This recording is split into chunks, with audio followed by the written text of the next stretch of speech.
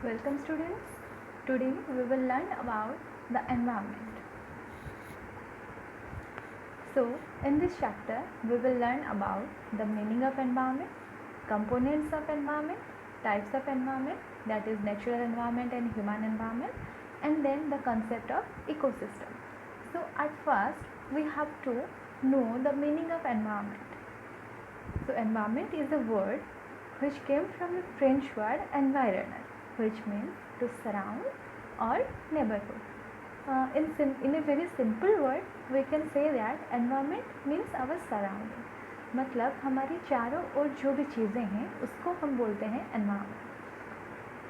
और जैसे कि कोई लिविंग ऑर्गेनिजम्स हैं, जो भी लिविंग ऑर्गेनिज्म हैं उनके चारों ओर जो भी प्लेस या जगह, जो पीपल यानी लोग, थिंग्स यानी चीज़ें और नेचर, जितने भी सारे रहते हैं वो सबको मिला के हम उसका एनवायरनमेंट बोलते हैं. जैसे कि हम जहाँ पे हैं, हम जहाँ पे रहते हैं या हम जहाँ पे खड़े हैं, हमारे चारों ओर जो भी जगह है, जो भी प्लेसेस है, जो भी पीपल है, जो भी थिंग्स है एंड जो नेचर है, उसको अगर हम मिलाएंगे तो वो हमारा एनवायरनमेंट कहलाएगा.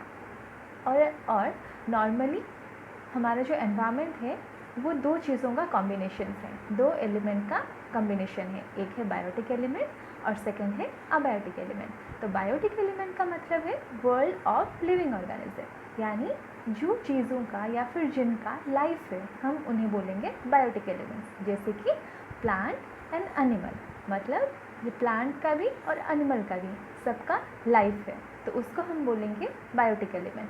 देन सेकेंड एलिमेंट हमारा है अबायोटिक एलिमेंट, मतलब the world of non living elements, यानी कि जिसका लाइफ नहीं है वो सब चीज़ें आएंगे अबायोटिक एलिमेंट्स में. जैसे कि लैंड, रॉक, सॉइल, वाटर, ये सब चीज़ों का लाइफ नहीं है, तो ये सब चीज़ें आएंगी अबायोटिक एलिमेंट में. तो यहाँ पे हमें दो चीज़ें याद रखना है.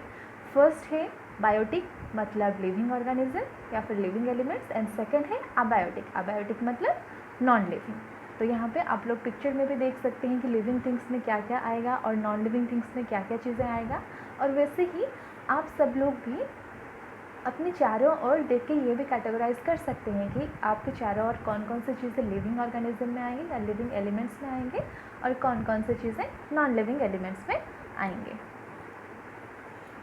देन हमारा नेक्स्ट टॉपिक है कंपोनेंट ऑफ एनवायरनमेंट, यानी कि एनवायरनमेंट किन किन चीज़ों से मिलके बना है. तो नॉर्मली एनवायरनमेंट का 3 कंपोनेंट है. एक है नेचुरल, सेकेंड है ह्यूमन मेड एंड थर्ड है human itself is a component of environment. तो अगर हम नेचुरल कंपोनेंट के बारे में बात करें, नेचुरल कंपोनेंट में आता है जो सब चीज़ें नेचर खुद क्रिएट किया है, जैसे कि land, water, air, living things like plants and animals, ये सब चीज़ें नेचर खुद क्रिएट किया है. तो ये सब चीज़ें आएंगे नेचुरल एलिमेंट्स में या नेचुरल कंपोनेंट्स में. देन है human made elements, human made components. Human made components मतलब जो चीज़ें ह्यूमन बीइंग बनाया है, जैसे कि buildings, bridge, monuments, industry, park, road, ये सब चीज़ें ह्यूमन खुद बनाया है, तो ये ह्यूमन मेड या फिर मैन मेड कंपोनेंट कहलाता है. देन हमारा थर्ड है ह्यूमन, मतलब ह्यूमन खुद ही एक कंपोनेंट है. जैसे कि हमने डेफिनेशन में पढ़ा था कि हमारी चारों ओर जो चीज़ें हैं, जो नेचर है और जो लोग हैं, उसको हम बोलते हैं हमारा एनवायरनमेंट में वो सब आते हैं. यानी कि human itself is a component of environment, मतलब हम भी हमारे चारों और बहुत लोगों को देखते हैं, वो सब हमारे एनवायरनमेंट में ही आएंगे. जैसे कि ह्यूमन एज ए इंडिविजुअल एक कंपोनेंट हो सकता है, जो फैमिली रहते हैं हमारे चारों और वो भी एलिमेंट में आएंगे. देन जो community, religion, educational system, political situation, ये सब भी आएगा एनवायरनमेंट के कंपोनेंट पे. देन हमारा नेक्स्ट टॉपिक है डिवीज़न ऑफ एनवायरनमेंट, मतलब टाइप्स ऑफ एनवायरनमेंट. एनवायरनमेंट को नॉर्मली हमने 2 भागों में डिवाइड किया है. एक है नेचुरल एनवायरनमेंट एंड सेकेंड है ह्यूमन एनवायरनमेंट. तो अगर नेचुरल एनवायरनमेंट की बात हम करें तो नेचुरल एनवायरनमेंट मतलब जो चीज़ें नेचर खुद क्रिएट किया है, नेचर खुद बनाया है, जैसे कि land, water, air, plants, animal, ये सब चीज़ें आएंगी नेचुरल एनवायरनमेंट में. और 6th क्लास में हमने ऑलरेडी पढ़ा था 4 डोमेन्स ऑफ आर्थ सरफेस, 4 स्फीयर ऑफ आर्थ सरफेस. तो वो जैसे कि हाइड्रोस्फीयर, लिथोस्फीयर, एटमॉस्फेयर, बायोस्फीयर, ये जो चारों स्फीयर्स है या जो ये जो चारों डोमेन्स है, ये सब भी आता है नेचुरल एनवायरनमेंट में। तो यहाँ पे फर्स्ट हम पढ़ेंगे लिथोस्फीयर। जैसे कि जो येलो पार्ट है पिक्चर में, जो येलो पार्ट दिया गया है उसको हम लिथोस्फीयर कहते हैं। ये सब इसके बारे में हमने 6th क्लास में ऑलरेडी पढ़ा था। तो यहाँ पे फिर से याद कीजिए कि जो लिथोस्फीयर है यानी कि जो सॉलिड क्रस्ट या फिर हम बोल सकते हैं आर्थ सरफेस का जो हार्ड टॉप लेयर है उसको हम बोलेंगे लिथोस्फीयर। और ये मेनली रॉक्स, मिनरल्स और सॉइल से बना हुआ रहता है।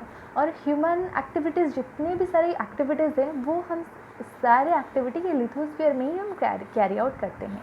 और बहुत सारे लैंडफॉर्म्स जैसे कि माउंटेन, प्लेटू, प्लेन, वैलीज़, ये सब भी यहाँ पे ही अवेलेबल है। ये सब चीज़ों के बारे में भी हमने 6th क्लास में डिटेल से पढ़ा था कि माउंटेन क्या है, प्लेटू क्या है, प्लेन्स क्या है, ये सब हमें लिथोस्फीयर में ही मिलेगा। देन यहाँ पे जो सारे फॉरेस्ट, ग्रासलैंड, ये सब भी हम लिथोस्फीयर में ही हमें देखने को मिलेगा। जैसे कि ये लैंड भी प्रोवाइड करता है एग्रीकल्चर और ह्यूमन सेटलमेंट के लिए, फॉरेस्ट और ग्रासलैंड भी ये हमें अवेलेबल कराता है ग्रेजिंग के लिए। देन हमारा नेक्स्ट है हाइड्रोस्फीयर। हाइड्रोस्फीयर यानी डोमेन्स ऑफ वाटर, मतलब स्फीयर ऑफ वाटर। जितने भी वाटर सोर्सेज हैं, जितना भी वाटर बॉडीज़ हैं like river, lake, seas, ocean, मतलब जहाँ भी वाटर मिलता है वो सब आ जाएगा हाइड्रोस्फीयर में। और हाइड्रोस्फीयर तो हमारे लिए बहुत ही इंपॉर्टेंट है क्योंकि विदाउट वाटर हम कुछ भी नहीं कर सकते। जैसे कि हमारा बाथिंग हो गया, ड्रिंकिंग हो गया, वॉशिंग हो गया, कुकिंग हो गया, हर कामों के लिए, इवन इरिगेशन के लिए, इंडस्ट्री में हर एरिया में हमें वाटर का ज़रूरत होता ही है। तो ये भी हमारे लिए बहुत इम्पोर्टेंट है। देन है एटमॉस्फेयर। एटमॉस्फेयर मतलब हमारा अर्थ का चारों ओर जो थिन एयर का जो लेयर है उसको हम बोलते हैं एटमॉस्फेयर। तो एटमॉस्फेयर हमें सन का हार्मफुल रेडिएशन से और सन का जो हीट है उससे प्रोटेक्ट करता है, हमें ऑक्सीजन प्रोवाइड करता है। और ये बहुत सारे गैसेस, वाटर वेपर, डस्ट, ये सब पार्टिकल मिलके एटमॉस्फेयर बना हुआ रहता है। और अगर एटमॉस्फेयर नहीं होता तो शायद अर्थ में लाइफ ही पॉसिबल नहीं होता। देन है बायोस्फीयर। तो बायोस्फीयर के बारे में अगर हम बात करें तो बायोस्फीयर क्या है, एक नैरो जोन है जहाँ की लैंड, वाटर एंड एयर, ये तीनों चीज़ें जहाँ आके इंटरेक्ट करते हैं। यानी कि it is a combination of atmosphere, hydrosphere and lithosphere. और यहाँ पे मेनली लिविंग ऑर्गेनिज्म यहाँ पे सस्टेन करते हैं। जैसे कि आप ये पिक्चर, जो सबसे नीचे पिक्चर है उसमें आप देख सकते हैं कि hydrosphere, then lithosphere, then atmosphere, ये तीनों का जहाँ पे कॉम्बिनेशन जहाँ पे हो रहा है, जहाँ पे इंटरेक्शन हो रहा है, उसको हम बोलेंगे बायोस्फीयर। देन हमारा नेक्स्ट कॉन्सेप्ट है इकोसिस्टम। तो इकोसिस्टम क्या है? इकोसिस्टम एक ऐसा सिस्टम है जहाँ की हर लिविंग ऑर्गेनिज्म एक दूसरे के साथ इंटरेक्शन करने के साथ साथ वो अपने जो फिज़िकल एनवायरनमेंट है उसके साथ भी इंटरेक्शन करते हैं। जैसे कि यहाँ पे पिक्चर में आप देख सकते हैं एक पॉन्ड का सिचुएशन दिया गया है, एक पॉन्ड का पिक्चर दिया गया है। तो पॉन्ड में नॉर्मली आप जानते हैं कि फ़िश रहता है। तो फ़िश क्या करता है, वो पॉन्ड में उसे वाटर के साथ भी इंटरेक्ट करता है और उसके साथ साथ वहाँ पे और जो स्मॉल फिशेस रहते हैं उनके साथ भी इंटरेक्ट करता है। और जो प्लांट्स रहते हैं, स्मॉल वाटर बॉर्न प्लांट रहता है, उसको वो खा के वो ज़िंदा रहता है। वो वाटर उसको हेल्प करता है ज़िंदा रहने में, वो प्लांट्स उसको हेल्प करते हैं। और अल्टीमेटली अगर हम इनडायरेक्ट वे में देखें तो फिश भी हेल्प करता है हमारा जो पॉन्ड है उसको क्लीन रखने में। ऐसे ही बहुत सारा इकोसिस्टम का एग्जांपल है, जैसे कि पॉन्ड एक हो गया इकोसिस्टम, वैसे गार्डन होगा इकोसिस्टम, फॉरेस्ट होगा, ओएसिस होगा जो कि डेजर्ट एरिया में पाए जाते हैं। ऐसे ही बहुत सारा इकोसिस्टम को आप भी अपने चारों ओर देख सकते हैं जहाँ की लिविंग ऑर्गेनिज्म एक दूसरे के ऊपर डिपेंड होने के साथ साथ एक दूसरे का हेल्प भी करते हैं और उसके साथ साथ उनका जो एनवायरनमेंट है उनके ऊपर भी डिपेंड होते हैं और उनको भी कहीं ना कहीं हेल्प करते हैं। तो इसको हम बोलते हैं इकोसिस्टम। देन हमारा सेकंड टाइप है एनवायरनमेंट का, ह्यूमन एनवायरनमेंट। ह्यूमन एनवायरनमेंट मतलब ह्यूमन बीइंग जो क्रिएट करता है उसे हम बोलेंगे ह्यूमन एनवायरनमेंट। जैसे कि ह्यूमन बीइंग बहुत इंटरेक्ट करता है अपने एनवायरनमेंट के साथ और कुछ ना कुछ चेंजेस, कुछ ना कुछ मॉडिफिकेशन लाता है। जैसे कि नेचुरल एनवायरनमेंट का एक कंपोनेंट, एक पार्ट है। तो रॉक को यूज़ करके वो रोड बनाता है, बिल्डिंग बनाता है ह्यूमन बींग्स। ऐसे ही बहुत सारी चीज़ों को जो कि नेचर से अवेलेबल है उसको यूज़ करके वो अपने लिए कुछ कुछ बनाता है। तो वो जो चीज़ें सब बनाता है, जैसे बिल्डिंग्स आ गया, पार्क्स आ गया, रोड्स आ गया, एग्रीकल्चरल फील्ड आ गया, जैसे कि यहाँ पे पिक्चर में आप देख सकते हैं। तो ये सब चीज़ें आ जाएगा ह्यूमन एनवायरनमेंट का पार्ट। तो यहाँ पे हमारा चैप्टर ख़त्म होता है। तो ये चैप्टर में हमने मेनली पढ़ा environment, the meaning of environment, components of environment, then the types of environment, that is natural environment and human environment, then about the concept of ecosystem. Thank you.